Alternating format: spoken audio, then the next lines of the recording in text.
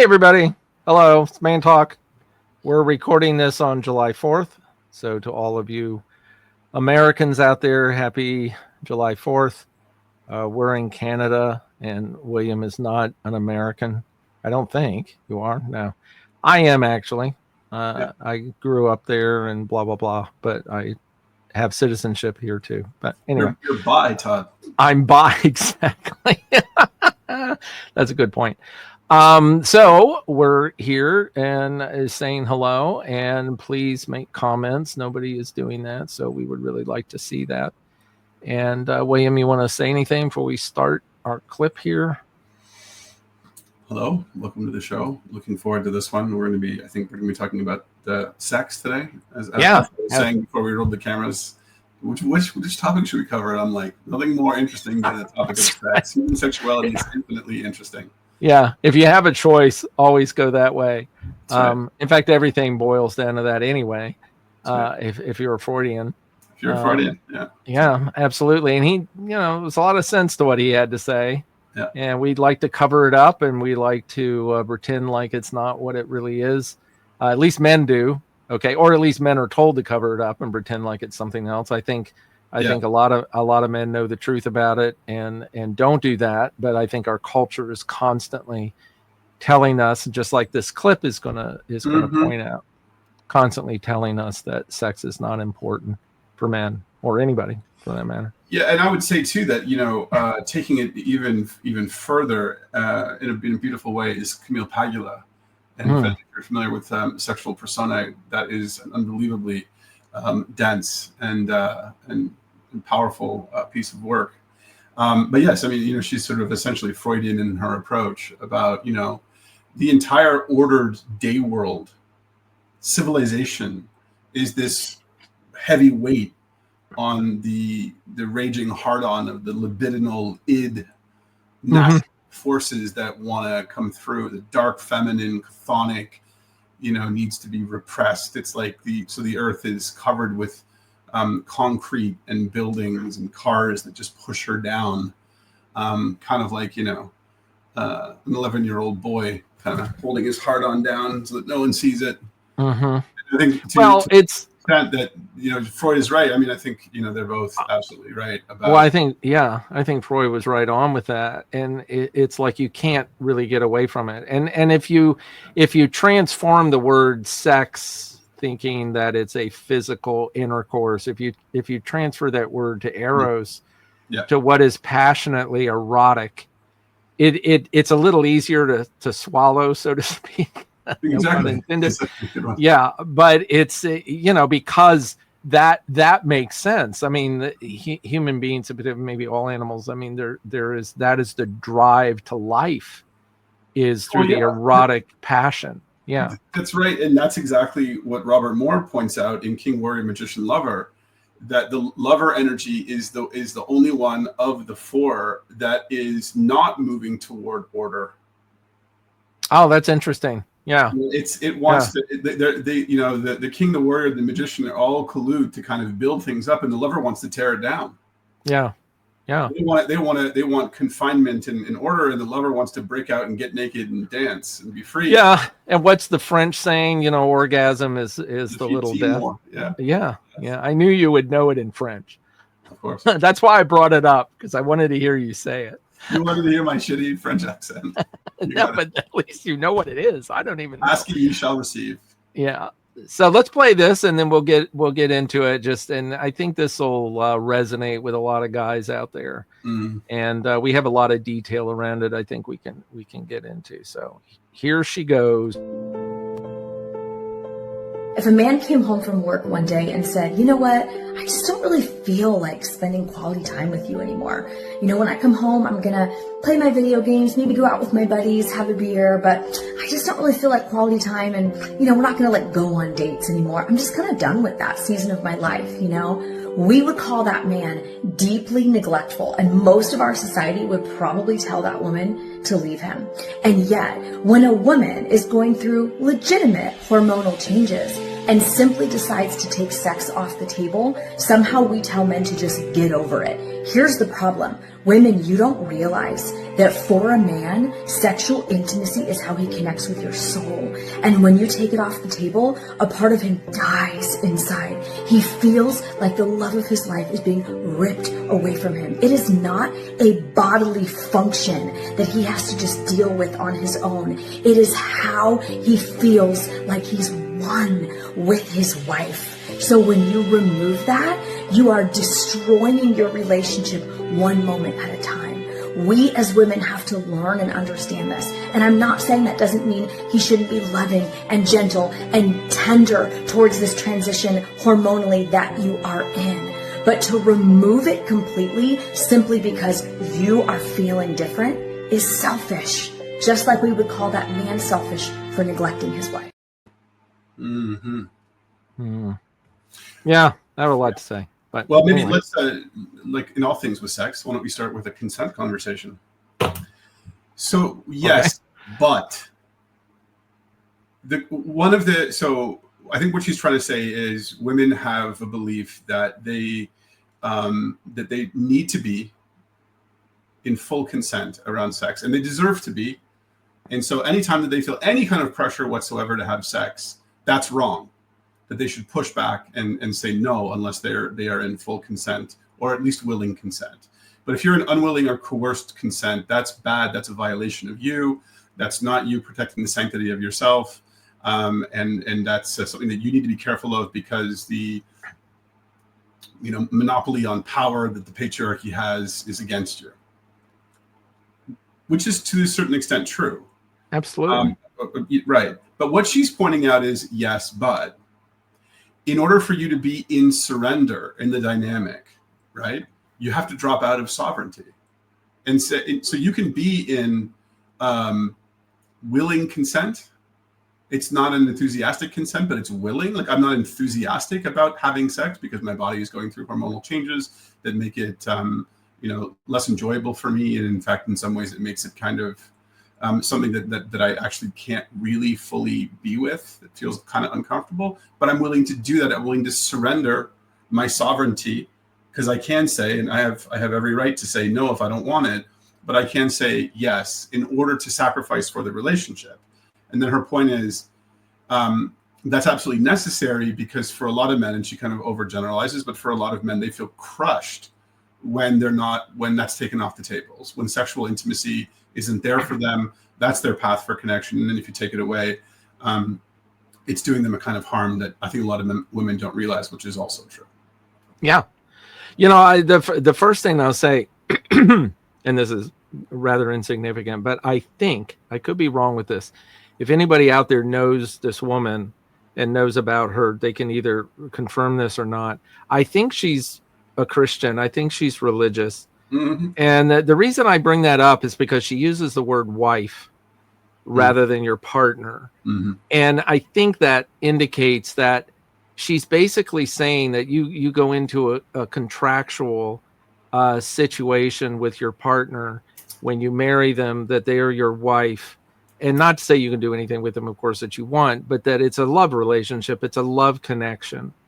That essentially is saying, if you believe that you're in a love relationship with your partner, then if you take this off the table, you're going to lose that connection. Now, there's an awful lot, and I'm not going to go into this, but there's an awful lot you can go into. It's like, well, does that mean you shouldn't have sex if you're not in love, and whatever? And we don't need to go into that. If you want to go into that, Todd, you should absolutely have sex if you're not in love.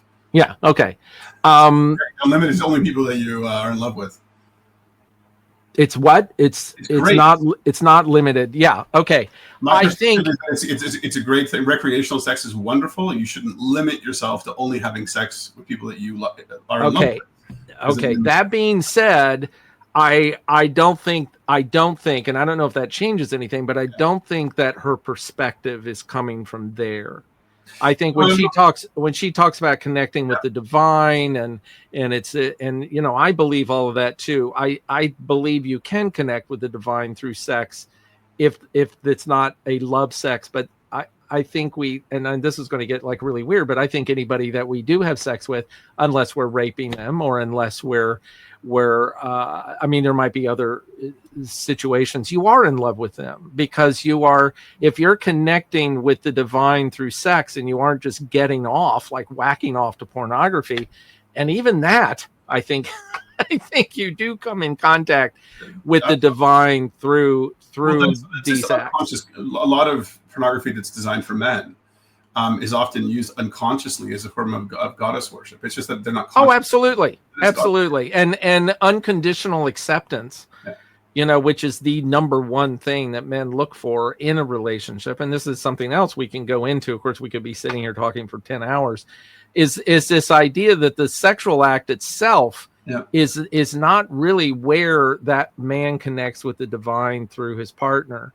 It's through the acceptance of it, and it's through the mutual appreciation of it and the mutual excitement of it. Now, that doesn't have to be mutual on the same scale 100% of the time. I think it has to be at some point a mutual desire. It's different. It's a different form of desire for a man and a woman, but that she has to mutually find the divine in the sexual encounter as well in her own way. Now, this is where it even gets more complicated. I want to hear what you have. I'm going to shut up. But when she's using as an example here is a woman going through menopause or going through some hormonal change. A lot of women take sex off the table, even if they're not going through that. Sure. Okay, so that's an issue that's a little bit different, because if she's going through a hormonal change where she actually has less than libido, she actually does not desire a sexual connection the same way she used to, or the same way her partner does. That's a different story. There is a different thing that we have to address with that, in my view. Yeah. But anyway, those are the first surface. Well, yeah, and you said something interesting too about the word wife, and I would agree with you that it's an interesting thing. So wife versus partner, maybe for Christians, some of them might use that term in the sense of like a Christian dynamic where there's a sort of subservience or something, and partner is a kind of equal thing.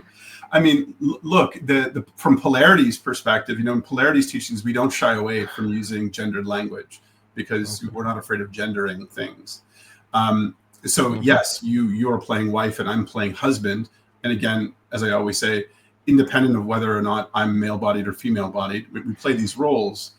But it's also understood that just because you are of different value doesn't mean that you're not of equal value. Oh yeah, well that's the big issue, isn't partner, it? Wife, whatever, equal value. One is going to be carrying the feminine, and they're going to be responsible for the emotional labor, and one is going to be carrying the masculine, and they're going to be in charge of the survival. And to the extent that those things are balanced, there is equal value in both. Absolutely, different value. Yeah. Different value, but equal value. Different, not different value. Different, but equal value. Yeah, they're. I mean, isn't this equal? Mm-hmm. Yeah, isn't this the major problem with all of this? This idea of equal, it's because people conflate the two. Yeah, they totally conflate. If I'm doing survivor labor and you're doing emotional labor, then it's like, well, it's not equal because you're not doing enough of the. What if a man said you're not doing enough of the survivor labor? She'd be like, we were talking before about like the contra naturam kind of feeling that you get into with when things are not archetypally aligned or when we're not in polarities. Right. Right. But sure. I mean, but this is we can again go down a million rabbit holes about the whole thing about the dishes and like men being asked to come home from a long day's work and why haven't you contributed to the dishes? It's like, well, I contributed different value. I contributed monetary value, not domestic value. Right. So that's what I mean. I mean, when we start to pull out of things need to be the same, and we can have different complementary values. The complementary is the polarity teaching, right? When you say complementary, and you allow.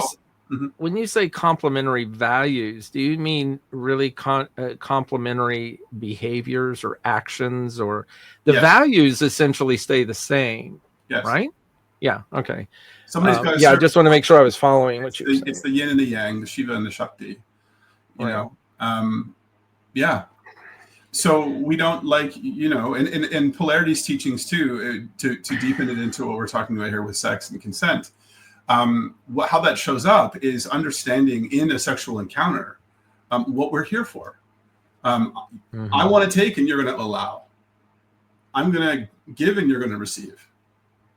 Okay, that's what's going to happen here. So it's clear. The polarities are clear and the rules are clear. So if I say, okay, I'm going to give and you're going to receive, if you start giving, I go, no, hold on. We already talked about this. I'm giving and you're receiving. If you would like to give, we can do that after we renegotiate our consent. Of course, it all sounds very unsexy, but you get my point. Is that there's clear boundaries around these things and clear polarities between the two, which dictates the behavior. I'll give you an example of how that would make sense. If I said, like, I'm going to give you a massage and you're going to receive it, and the woman's a little nervous, but she's sort of in unwilling consent. She says yes, and then he goes from massaging her to something deeper, where now he's crossing boundaries. Now he's feeling her up. Then that's a break of that consent. You were going to give, and I was going to receive. Now you're taking, and I'm not allowing. So we have to keep it within those dynamics in order for it to be clean, for it to be healthy, for it to be conscious. And my love of Tantra and Neo-Tantra is that, as in the bedroom, so elsewhere. That dynamic that we see in the bedroom, you can extrapolate or see a mirroring of that in things like dishes and money. Yeah, sticking with consent for a second. I think that also is a word that's filled with variance. People would say, no, it's not. It's yes or no. But I do think there would be a radical difference between a man on a first date with a woman he doesn't know. A radical difference between what consent means in that scenario as opposed to what it means with a partner you've been with for 10 years and have had children and whatever. You're not going to necessarily cross over a non-consent area with that. There is a certain type, and people will kill me for saying this, but there is a certain type of implied consent. You get in bed with your wife or your partner that you know fairly well, and you start messing around and start feeling like sex is the next step. You're not going to stop and get verbal explicit consent. There is a different kind of consent that is not, it's essentially what she's talking about. If you are a woman, let's say, and you're going through menopause or hormonal changes and you just don't feel like having sex, you have the right to withdraw your consent, to say, I just don't want to do this. And if your partner or your husband, forces you, then he's raping you. He's crossing the boundary. It's like your analogy of the massage. It wouldn't necessarily be rape. No, it wouldn't be rape. That was too strong. Where I knew it the moment I said it. We can talk about the definition of rape and its overuse. Yeah. But no, I totally agree with you. My only sort of thing I would add to that is in sacred sexual practice, one of the things that we coach people in is it's not necessarily don't rely on assumed consent. Consent can be sexy. Sure, a lot of us, love spontaneity and all that kind of stuff, but there's nothing unsexy about, hey, I want to do this to you. Are you ready to receive this being done to you? Because I have a feeling, that no, I'm not really interested in that, but I am interested in this. Oh, okay. The assumed consent gets people into trouble, and especially people who are people pleasers, who have difficulty with advocating for themselves. And this is something that I think is very important work for men, women as well, trans people as well, but men in particular. It's a leadership position to be in when you are negotiating consent. I'm taking the lead. I'm not. If I assume that you're in consent and I go, well, if you're not in consent, you're going to tell me. That's me abdicating leadership.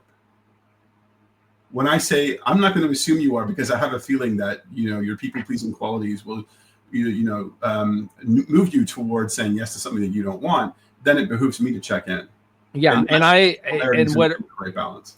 Right. What I would not add necessarily that, but my perspective of this idea that you're talking about assumed consent, if there isn't a very active, very healthy communication between two people, then you will run into trouble. You could have a woman that, let's say, is disgusted by certain types of sexual encounters, but has always gone along with it and has said fine to it, but doesn't like it.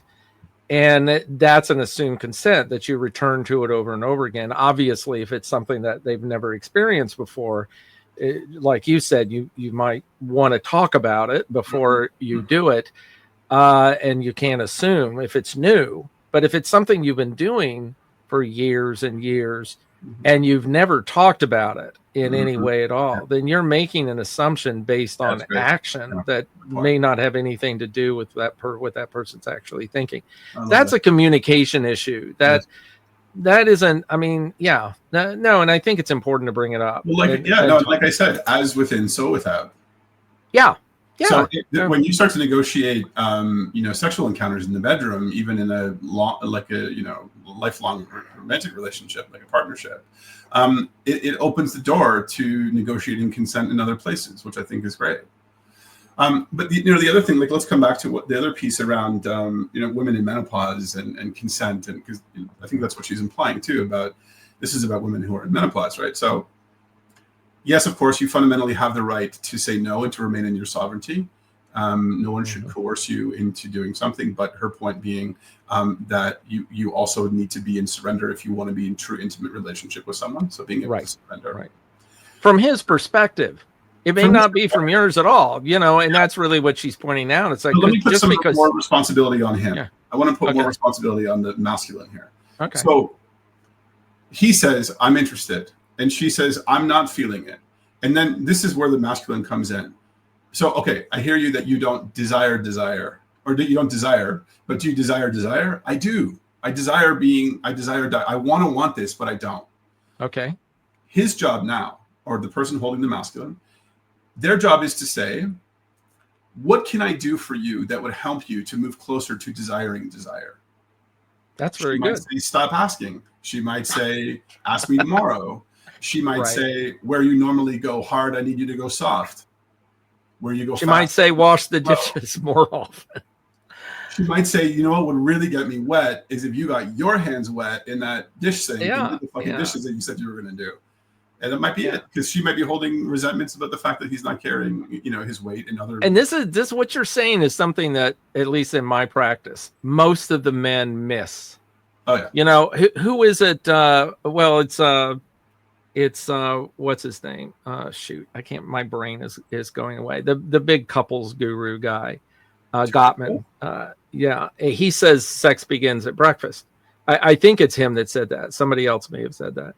But this idea, you've got to prepare your partner for this consent, where you don't need it. A man doesn't need that. He doesn't give a shit. What's the old saying? He'd fuck a snake if somebody held it for him. It's like, and I mean, that's not diminishing it. It's not saying men can have sex without the connection. And that's where a problem comes in. He can do it. I mean, that's what he does when he masturbates, basically. I mean, he can do it. Women typically, again, people that hold the feminine, can have a very difficult time with sex without the connection. It's not that they can't do it or that they're not interested in it, but it just doesn't hold the same thing. So the connection begins at breakfast. It's like if you're kind and nice and open and a good man and doing things for her and holding her in regard. Yeah. Blah, blah, blah. Yeah. And though is that, like, I don't know that every single man desires sex all the time and doesn't need to be asked for consent. I will advocate for the sexually abused men and men with sure, and say, let's not naturally assume, but you're not, that those are exceptions to a good rule, which is yes, libidinal drives in the masculine. Well, these are broad strokes. I mean, they're the center of the bell curve, and a lot of people are on the outlier. It's well, you gotta. That's the thing, and if we take as within, so without, and apply it to what you're saying, sex begins in the bedroom. Yes, and sex also begins with foreplay, and foreplay also begins with setting the mood, and outside of the frame of the sexual encounter. I mean, but foreplay starts at breakfast. I mean, that's what this idea is. It's like it's a 24/7 thing. It's not Yeah. It's not right in the bed. It's like if you're not a good man, quote unquote, whatever that means, with your partner, right, she's not going to want to have you. No, It's like, and a woman can be pretty shitty for most of the day, and if sex comes up, it's like it doesn't. I mean, it can matter if it's extreme, sure, but it's not the same.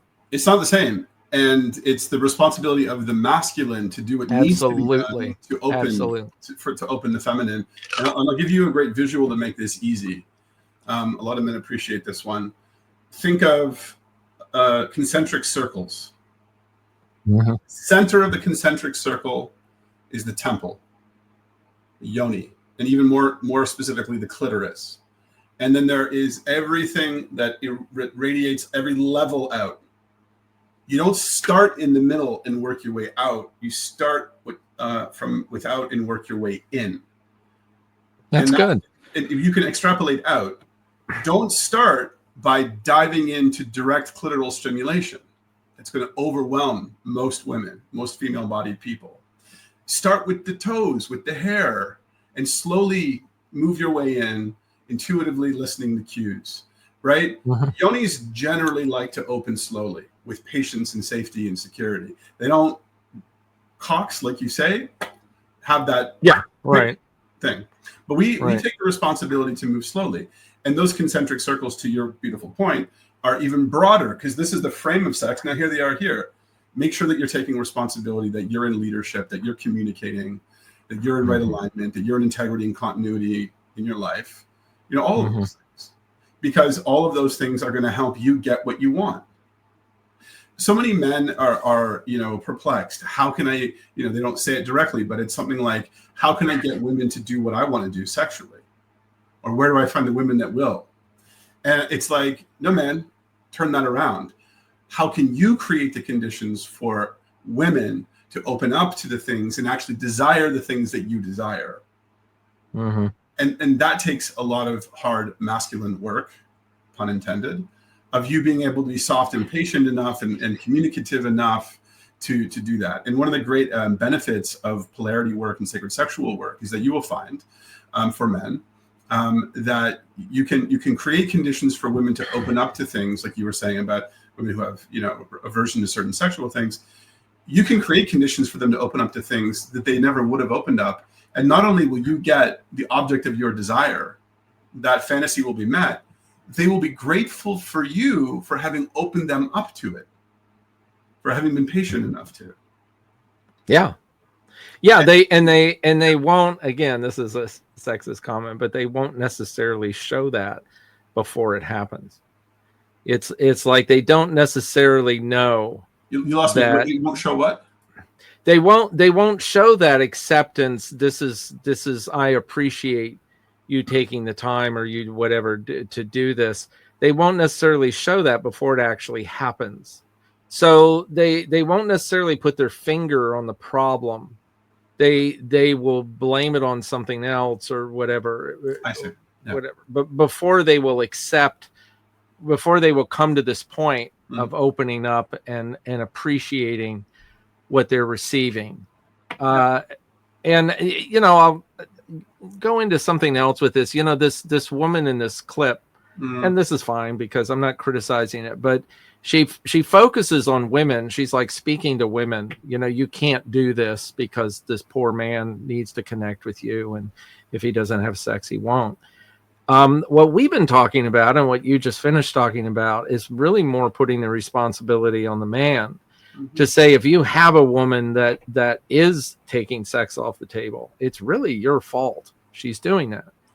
And that's true to some degree. Yeah. Huh? You're not saying her menopause is not your fault. It's not her fault. Well, let's not use the fault. The menopause thing that kind of throws something in this that isn't to me isn't really the issue, because the menopause thing is like saying that your wife was in a car accident and she can't have sex. I think it's legitimate for her to bring that up, because I would say that a great majority of long-term relationships, if they are going to come under extreme pressure, that will really create cracks and breaks. it's going to be menopause. If you haven't prepared, if the couple hasn't both prepared themselves to navigate those dark waters, it can make or break relationships. Whether or not it actually leads to divorce, I mean, statistically it does. Most people that get divorced do get divorced around the time that women are going through menopause, and usually that's a major contributing factor. Yeah, no question. Okay. The thing that I'm trying to get in here is that, and I'm not saying you're stopping me. I'm just saying is my own verbal problem of being able to communicate this. The thing I'm trying to bring in here is that menopause is a physiological deterrent. It is a thing that's happening in the body with chemicals, hormones, whatever it might be, that is lowering the libido, is essentially saying, I don't desire the physical experience of sex. I don't think that that's where it all is. I think it's part of it, definitely. I mean, it does do that. There's no question.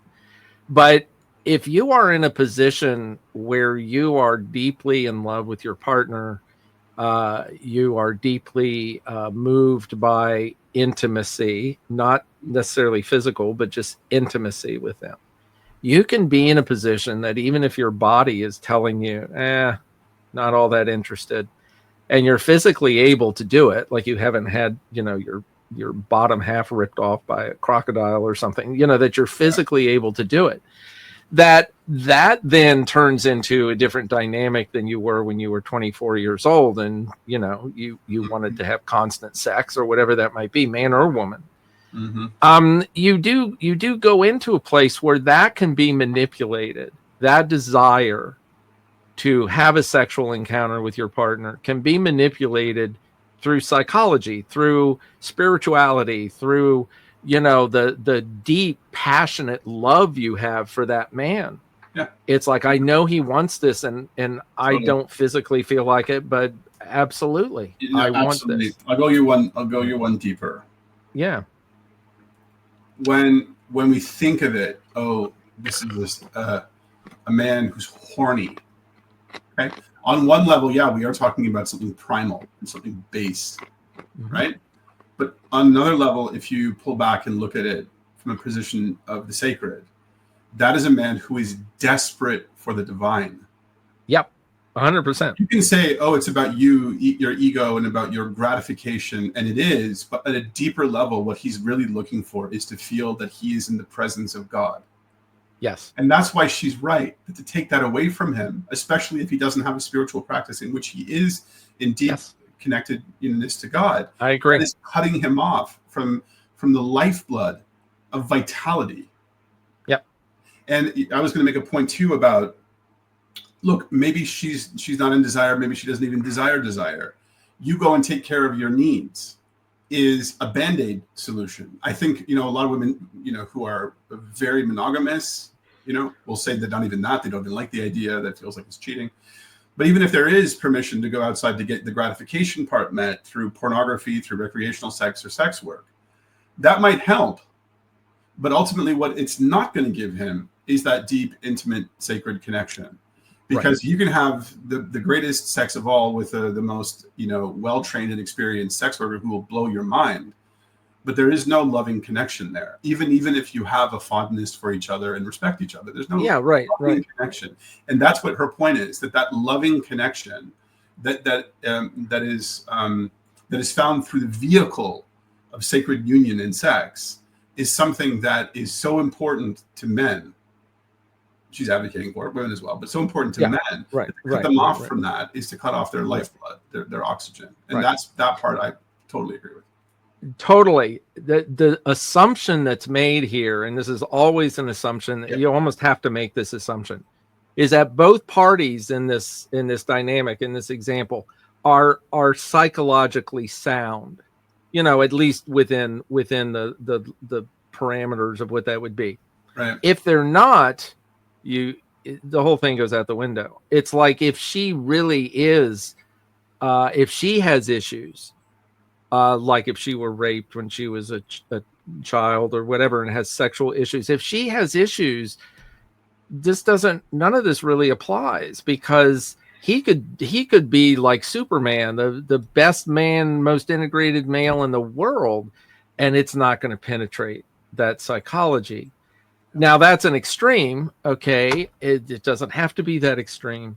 I mean, it can be just something in her, might be what? It might be. I mean, it's true. I mean, there are certain circumstances in which a sexual trauma survivor may have lifelong challenges around sex that make it nearly impossible for, like, to, back to my point about putting the responsibility on a man.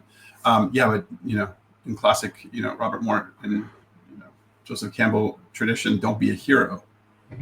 That's a woman who needs therapy, trauma therapy. Right. And then that trauma therapist is working in, alliance with you, holding the masculine, to be able to create the conditions for that to move forward if they can. But then the masculine has to have the drop of the feminine to say, I accept if it can't, without needing to manipulate and coerce. If he wants to stay in that relationship, absolutely. These are such important concepts that we're covering here, and obviously we're not giving it the attention. You go to your own therapist if you're out there and wondering about these things, because it's like, we always are left with, well, what do you do? I mean, that's every client I have. I can be brilliant and come up, well, you nailed that, so what do I do? It's like, I don't know. Well, I mean, there's so many things you could do. It's like, we could sit here for 6 hours and we could come up with a lot of things to do. There are things you can do, but you got to really know somebody and know their ins and outs and know the details of the complexity of the psychology of both people, right, to really come up with things. Well, when you do encounter that in your clients, I'm going to offer you the chance to point out internalized patriarchy. But what do we do?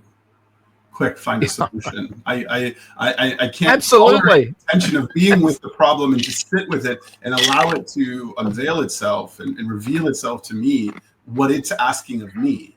I impose my will upon it and say, get the fuck out of my way, problem, because I got egoic desires here. Well, that's the true way to, that is really the only way to, anything you're going to do. I mean, that's very cognitive behavioral, and so sometimes that works, obviously, with things. We can say, well, what do you do to a man that ignores his wife, his partner, all day? Well, you could start paying more attention. You could start throwing out some positive affirmations, toward her, that, and make contact with her and whatever, and that will help. So that's something to do. So, but here's what that's all good advice, but here's a different way to look at it. The difference between cognitive behavior and Adlerian, therapies, Hillman sort of approaches versus the stuff that we do, Freudian-based depth, is that if you're in Freudian-based psychoanalytic, psychodynamic, you lead with the feminine. Hold, allow it to reveal, withhold your will, and allow it to slowly unravel. Okay? Then you come through at the end with the action. We start with the adaptation and we move toward modification. The cognitive behavioral people and the Adlerians and those kind of people, they're more about how do we, maybe I shouldn't include Hillman in that one, but how do we modify ourselves? Hillman kind of rides the wave, but for sure, like definitely with CBD, right? CBD, yeah. Things. They are going to say, how do we modify? And they're going to jump to solutions. And for people that don't have the maturity and patience or just the capability to be with the thing, that's why it's so seductive for them. Well, we're going to get quick solutions. And if you don't give me quick solutions, I'll fire you as a therapist and move on to somebody else. But what we risk when we jump to solutions is that we haven't actually listened to the problem deeply enough, that we are imposing the way that we want to solve it as opposed to listening to how it needs to be solved. No, absolutely. So any approach of like, if there's a how can this be dealt with in a relationship where, for example, a woman no longer has the sexual desire, but the man is burning for it. That's what therapy is for. How do we listen? But one thing for sure is that, and this is maybe me kind of contradicting myself, because one modification that I think is highly effective in all this is that people really don't understand non-sexual physical intimacy. Right. Patriarchy, what it has done, it has become orgasm focused because it's teleological. we're moving toward an end, and the end is I get my orgasm and you get yours. So it's transactional. The sacred sexual, because it's feminine based, takes the pressure off of ejaculation or orgasm and brings it into the process. It's no longer transactional. It's about us being in that space and allowing eros to arise without it needing to lead to gratification. Physical gratification. Physical gratification. Yeah. Are you? I'm sure you're. Yeah. I'm sure you're from. I'm sorry. I'm sure you're familiar with David Dida. I'm not sure what you think of him. Mention him a lot, yeah, I do mention him a lot. I think one of his, and this got a lot of problems with it, so I'm not like advocating it 100%. But his book, The Way of the Superior Man, one of the things he focuses on in there is to have sexual relation with your partner and not orgasm. And that's a tough one for men. But I think that's where he's getting at with what you're saying. You know, you take the emphasis off of the physical culmination, the physical goal of ending it there, and focus more. And he claims, I don't know if this is true, but he claims that if you don't do that, if you don't have an orgasm and having sex with your partner, that she will appreciate you and will find great positiveness in that fact. And I don't know if that's true. Yeah. I read it partly, The Way of the Superior Man, a long time ago, and I remembered. So I won't speak on it because I can't really say what he said. My only impression from it was that it felt like it was a book written by a man who had unresolved issues with the feminine. Yeah, probably. I wouldn't disagree with that. I going back to what you were saying about doing things. I mean, if you have a client telling you, what can I do? I mean, I agree with you 100%. Okay. With what you said. But a lot of times if you don't, at least entertain their desire to have a thing to do, a strategy, which is again, the masculine, that you give them a book like this book. And if they're going to read it, they do get things out of it that are useful in some way. The problem with this, I'll tell you what to do. Sex starts at breakfast, be kind to your wife, be all these things. Yeah. It's like, if that's not naturally integrated through the kind of therapy you and I both practice, it won't work the same way, because it's not natural. It's not there. There's some psychological reason why that wasn't happening to start with. Yeah. And you can't just say, okay, do this, or and physically do this, and just feel it and analyze it. Yeah, right. Nothing changes if nothing changes. Yeah. So and this is the piece about integration. If you are not rigorously focused on integration in a depth psychology relationship, it's not going to work. My format is, at the end of every session, I'm always going to ask you, or not always, but usually, what did you learn, and what, if anything, do you have to do as a result of that? They might say something like, well, I don't know if I learned anything, but I certainly got a deeper understanding of that. Okay, so what does that mean? Reading is a good one because it kind of rides the wave between active and passive. It's not totally active, but it's not totally passive. Right. And for a lot of people who are avoidant, that they can read forever. Isn't that the preferred method of intellectuals for procrastination, is learn more. But yes, no, you have to be focused on that. But it has to, as long as the model works on leading with the feminine and following through with the masculine, right? And especially within the frame of the therapy, we are here to sit with and be and allow it to evolve and come out and work out.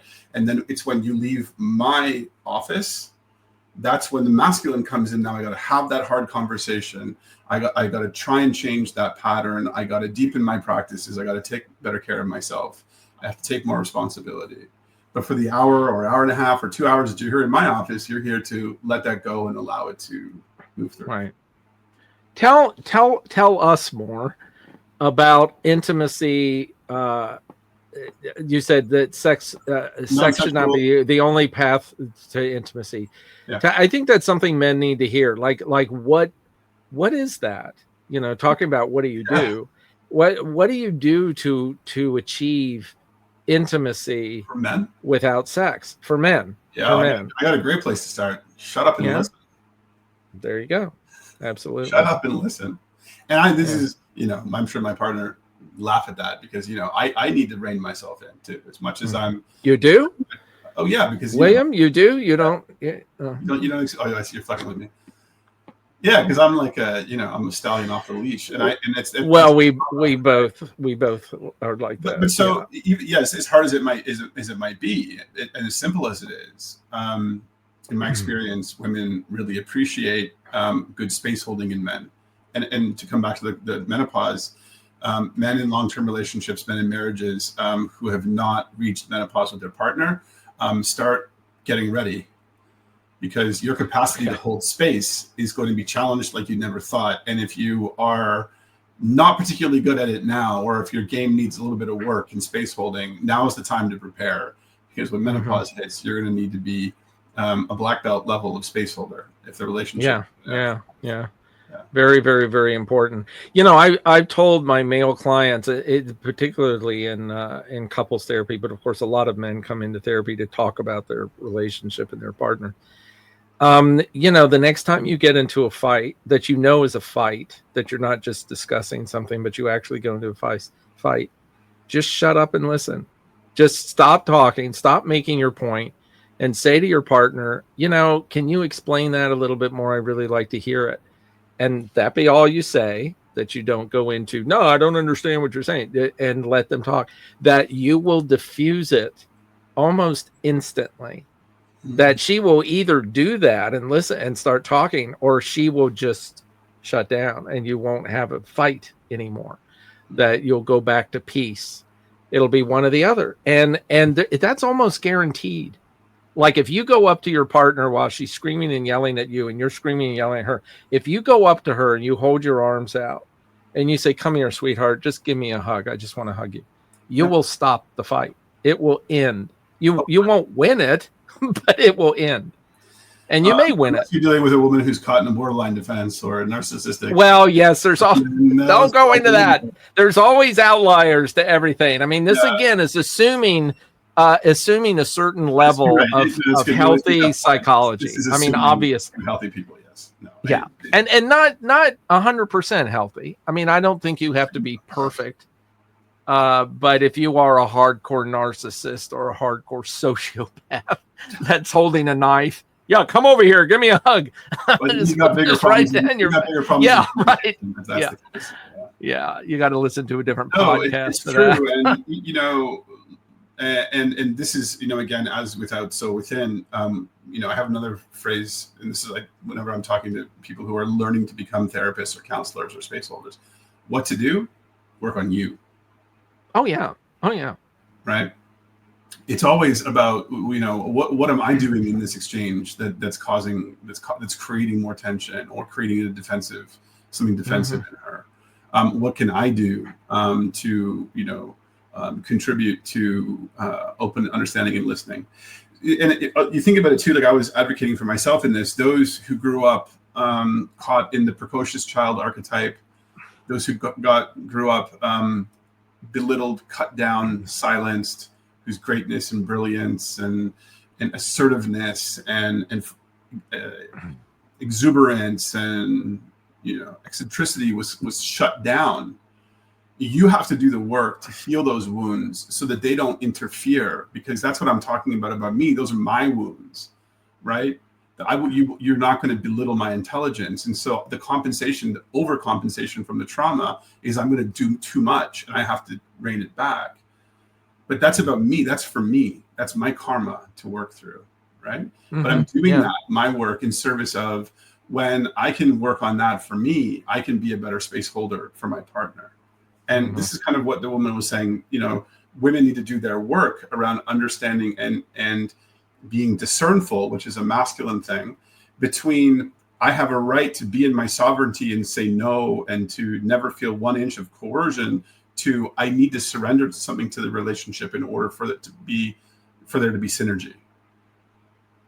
But she's got to do the work to get past that, because if she's stuck in her sovereignty, that's something for her to work on. Yeah, and what you're saying is really, really important, but it's also one notch down from the mundane, normal. Like if we're taught by the culture that peas are poisonous, If the culture teaches us that, and we never eat peas, and then one day somebody tells us, "Oh, that's not true. It's not really what it is," and we eat peas, we go, "Oh my God, what have I been missing? This is great."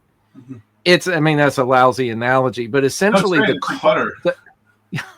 the culture is teaching women today that sex isn't important, and that you should deny it, just like I don't want to eat peas, not because sex is poisonous, but I just don't want to. I just don't feel like it. If those women are retaught that it's more than that, it's not about the guy having an orgasm, just go whack off to some porn and be done with it. It's not about that. That's what this woman is teaching. That's what she's saying. If that's enough for a woman that's in a position like that to go, oh, I never realized that.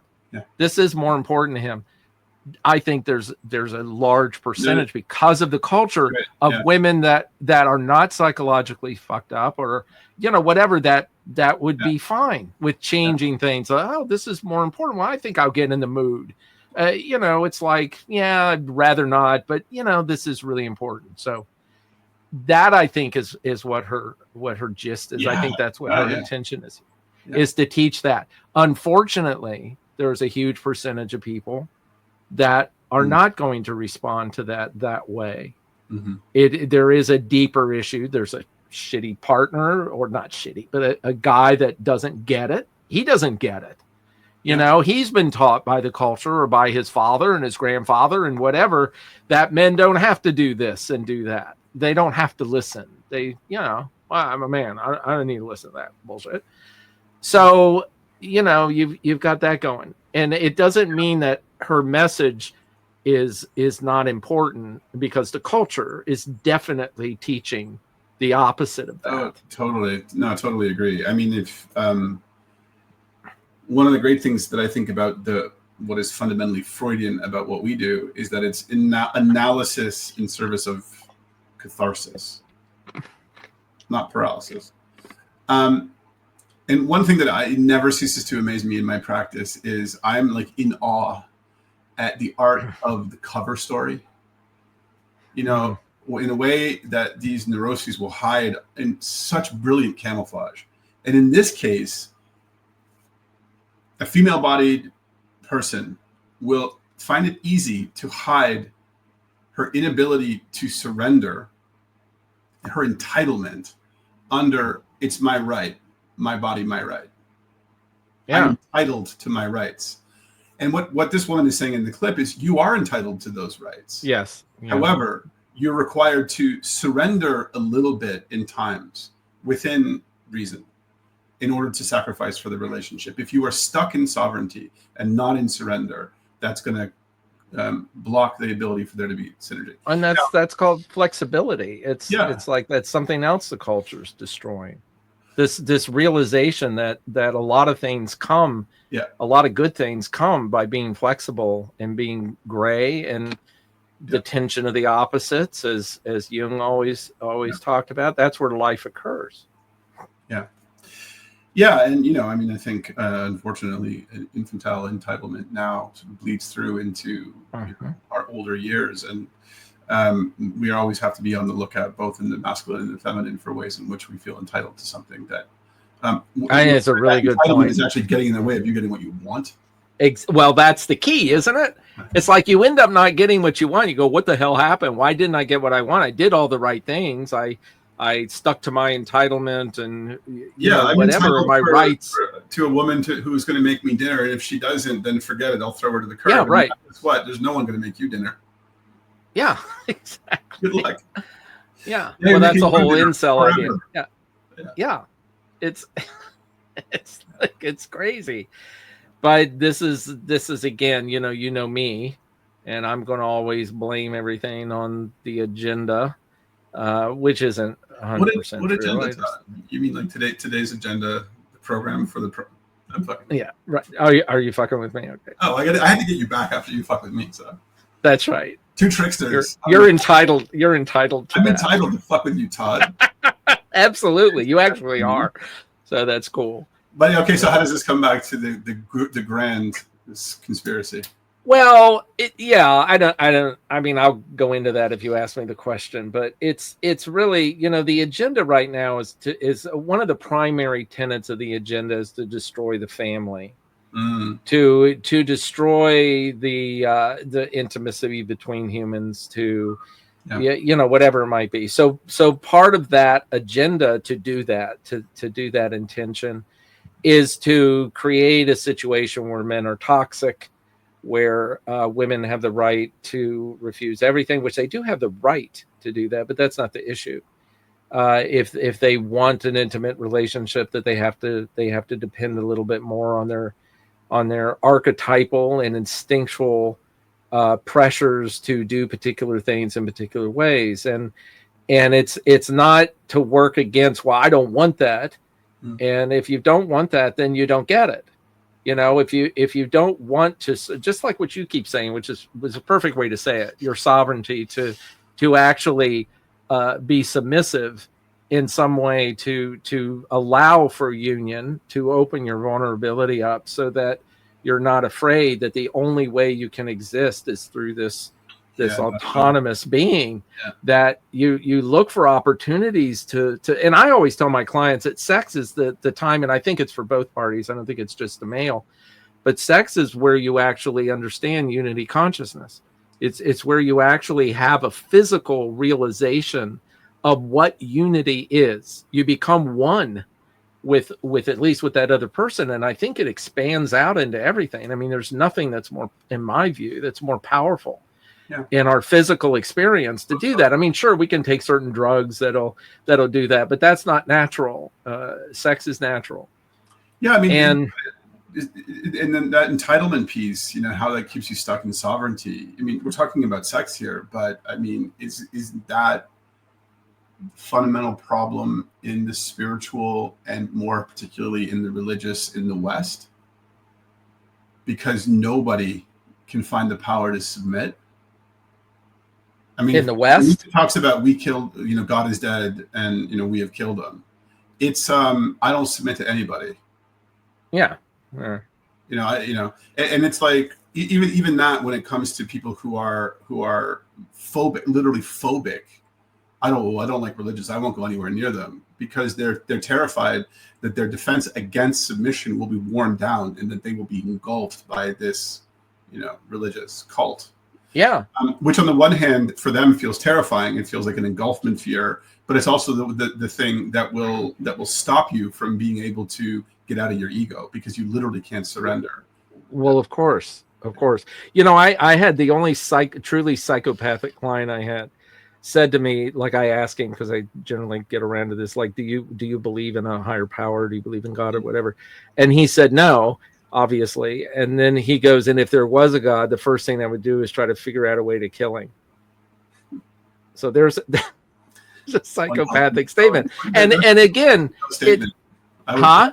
that's the ultimate statement of the ego. If there was a God, I'd find out how to kill him. Yeah.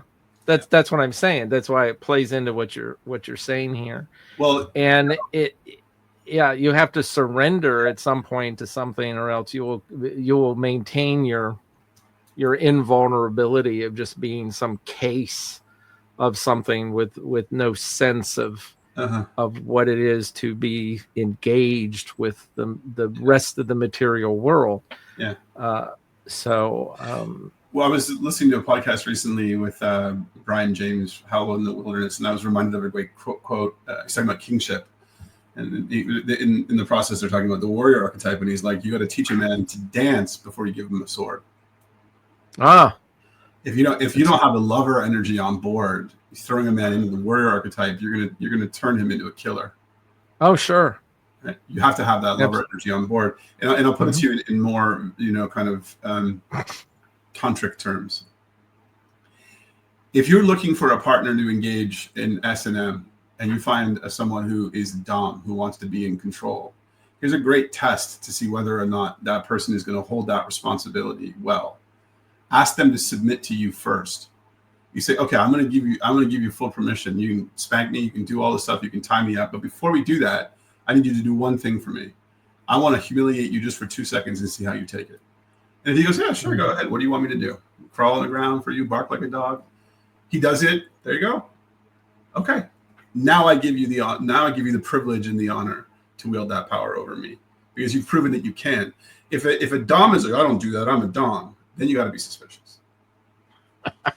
Okay. To put it in tantric terms. Okay. No, it makes sense. And where would that apply to? I mean, I can't see where it would, but you probably can. Where would that apply to what we're talking about here?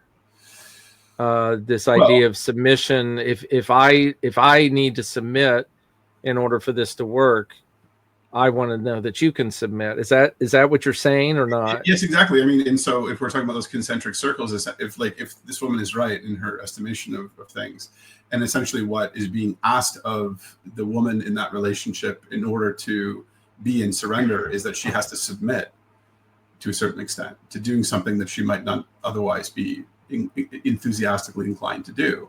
So how the masculine can create conditions for that to work is that he has to do that. That was the dishes. We joked about if you want. Okay, right. Right. You're submitting to me what I'm telling you. The little boy in you who's defiant, right. Fuck you. You don't tell me what to do.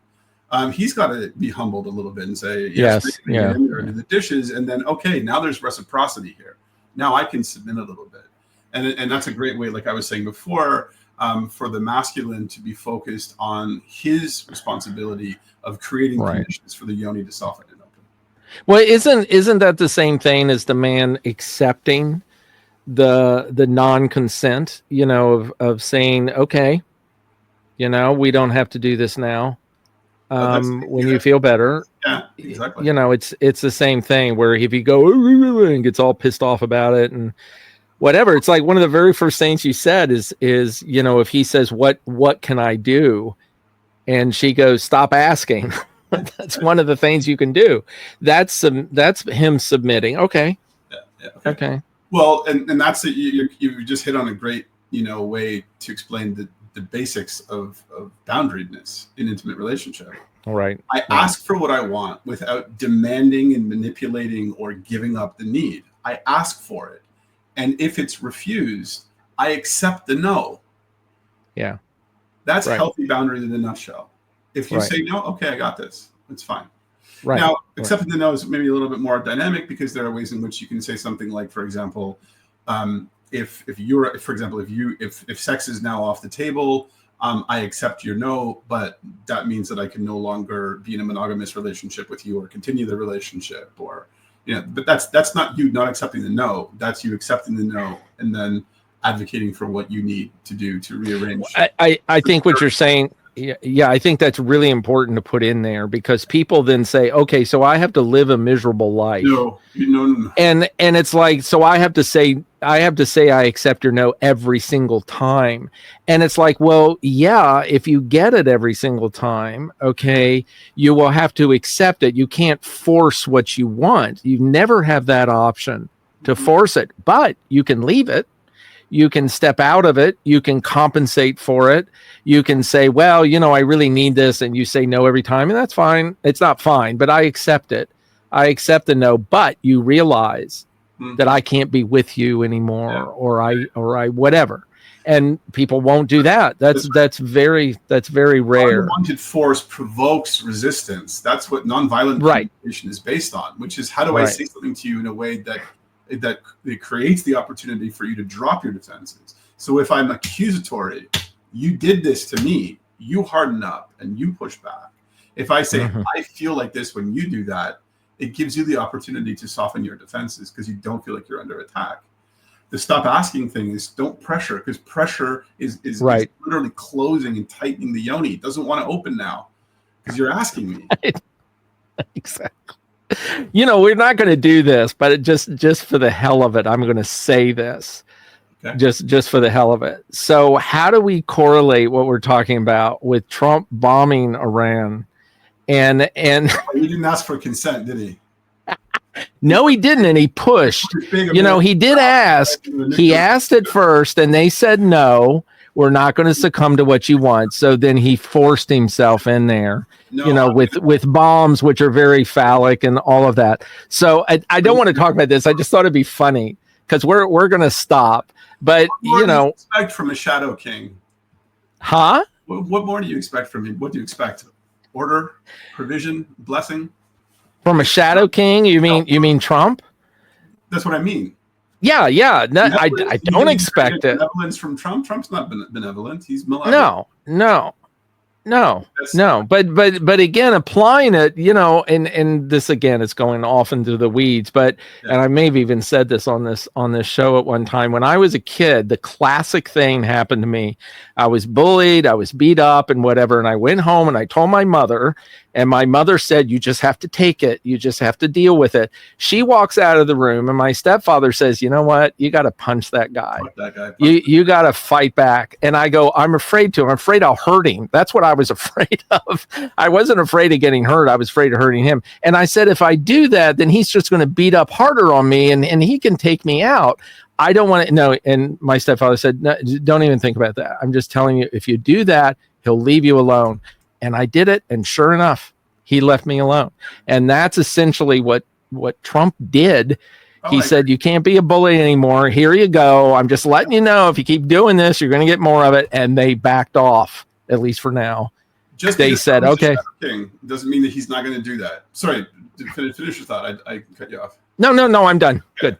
Yeah. Fine. Yeah. No, but that's the thing is that like, this is the dynamic, right? In kingship in America, we had a coward so long whose cowardice did so much fucking harm that now we have to have a tyrant to compensate. I agree. That's better than continuing to be stuck in the cowardice. But it's the swing of the pendulum. Yeah, exactly. It's not kingship in its wholeness. And until that pendulum stops swinging and we can find someone who can hold that balance, we are not truly going to be in sacred alignment as a group of nations. That's so well put. I wish we could take what you just set out and make everybody in the world see it and hear it. Because what you just said at the point of guns, listen to what I said. Yeah, I mean, it's perfect. On that note, let's say goodbye to this topic that we should return to it once in a while. Maybe we'll find other clips. There's a lot of them out there about this. I think we covered a couple of good things, and that's great. So we'll say goodbye. Yeah. You want to say goodbye, William? You have anything you want to say? Peace. Peace in the middle. Let's bomb the shit out of them and we'll make some peace. No, sometimes that works, and maybe it did. I don't want to kill anybody, but Trump has that weird way of somehow winding up being right in the end. Well, it's you talk about archetypes. It's like when to pull the sword, and it doesn't mean the sword never comes out. It does. And it has to come out in a sensible way that makes sense. Unfortunately, that's the way humans function. That's the way we've functioned forever. And I don't think that's going to change anytime soon. I mean, if it does, it'll be a million years from now before it does. But we're certainly not in a place now in our evolution where we can just put aside all that and say peace to everything all the time. Nobody, I just don't think that works. For humans, I mean, idealistically, it would. That would be nice, but and on that, I don't think we're there yet. With may all beings be healthy and be free. Yeah, absolutely. So thank you, everyone, and we'll see you hopefully next week if the world is here. We'll assume it is. Love you all, and thank you again. Thank you, William. Bye-bye.